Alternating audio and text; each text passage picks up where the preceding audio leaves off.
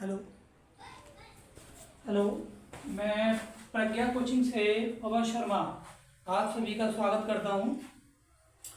देखिए, मैं आज आपको एक मोटिवेट वीडियो आपके सामने मैं प्रस्तुत करूंगा या अपलोड करूंगा यूट्यूब पर।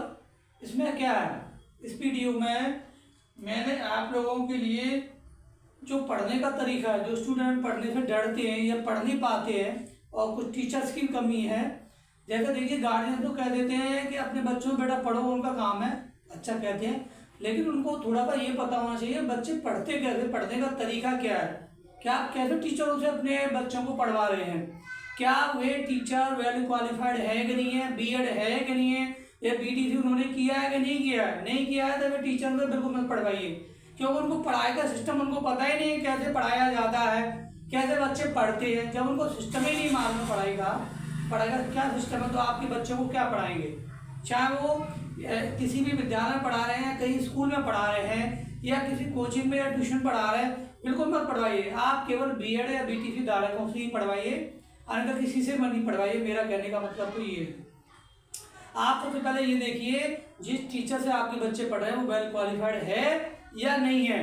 वेल क्वालिफाइड होगा तो आपके बच्चों को सिस्टम से पढ़ाएगा, और आपके बच्चे का जो भय है, एक तरीका होता है सिस्टम का, जो हम लोगों को जो एजुकेशन दी जाती है, बीएड वगैरह में ट्रेनिंग दी जाती है, बच्चों को बिना डर के पढ़ाया जाता है। यानी कैसे पढ़ाने का तरीका क्या है। देखिए, आज मैं आपको बच्चों के लिए मोटिवेट करने के लिए वीडियो आपके सामने प्रस्तुत करूंगा कि बच्चों को पढ़ना कैसे है, और ये टीचर्स के लिए टीचर्स को पढ़ाना कैसे, उनको मालूम ही नहीं है पढ़ाना, उन्होंने शुरू कर दिया।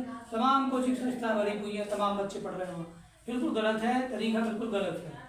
आप उन बच्चों से पढ़वाइए, उन जिन टीचरों से पढ़वाइए जो वेल क्वालिफाइड है, बीएड है या बीटीसी वगैरह, उनसे।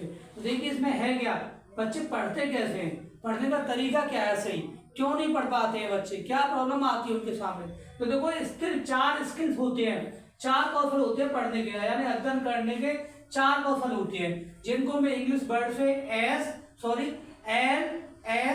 LSRW, L for listen, S for speak, और R for read, W for right. चार तरीके होते हैं, चार कौशल में से हम पढ़ते हैं। देखो, पहला होता है listen, L for listen. Listen मतलब सुनना। पहले ध्यान से सुनिए।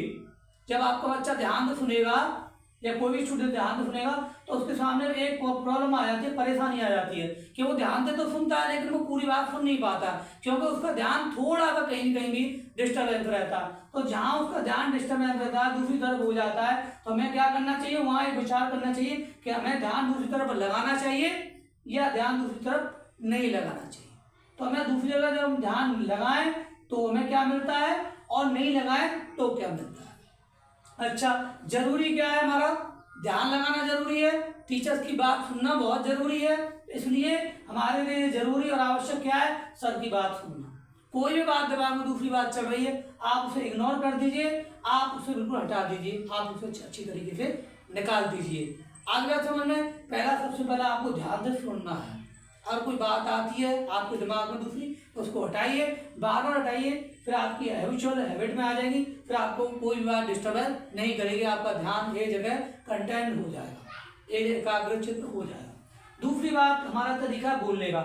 जब सर ने हमें बताया या कुछ सुनाया या हमने कुछ सुना तो हमें उसको बोलना है। तो बोलने के दो तरीके होते हैं। जब सर आपको पढ़ाते हैं, जब आपसे पढ़ा रहे हैं, आपको बोल के बता रहे हैं, तब आप उसको जब आपको सुनना जाए, जब आपको सुनाया जाए, तब आप अपने मन में बोलना शुरू करें। कहने का मतलब है, जब आपको पढ़ाया जाए तब आप उसे अपने मन में बार बार रिमाइंड करके बोलते जाइए, सर के साथ बोलते जाइए। पहला ये तरीका। दूसरा तरीका क्या है, जब आपसे पूछा जाए तब आप बोलना शुरू करें।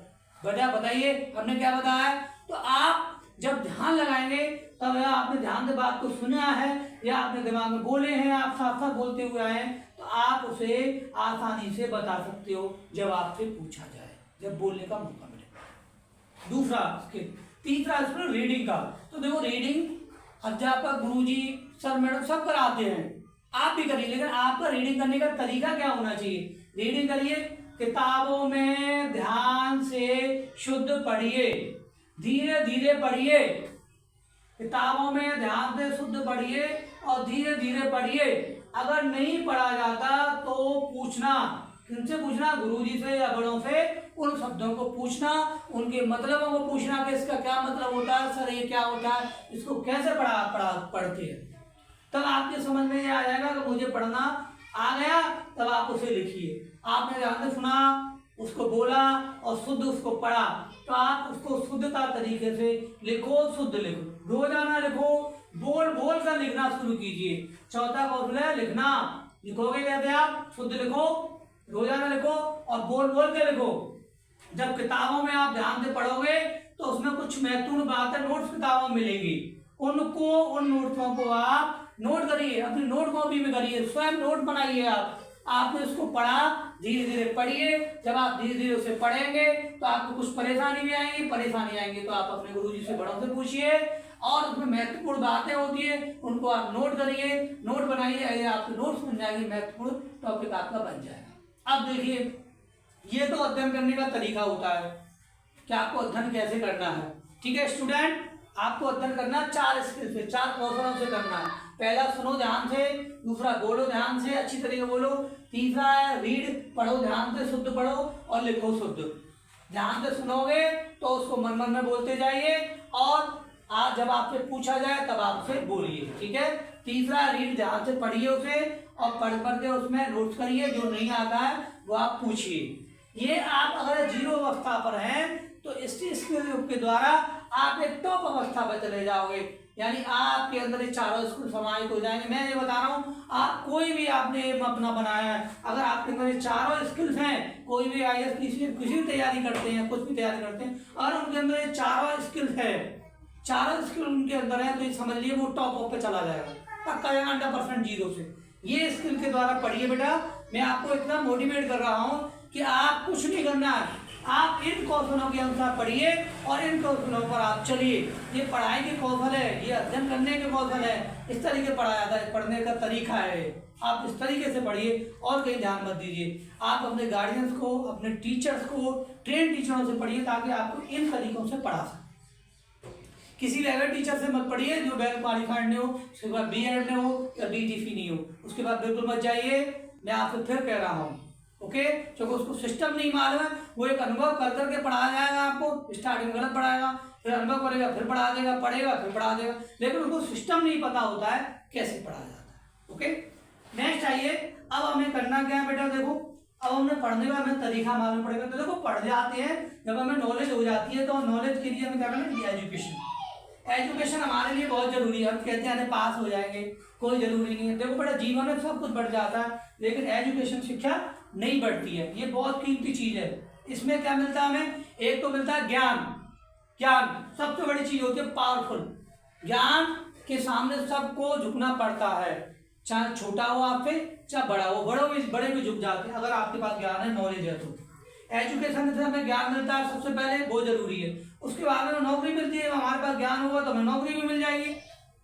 तो नौकरी भी होगी हमारे पास में, तो बिना नॉलेज के नौकरी मिलेगी। इसलिए हमें पढ़ाई करनी है बेटा नॉलेज के लिए। पहला उद्देश्य नॉलेज, दूसरा उद्देश्य हमारा क्या होता है? नौकरी का।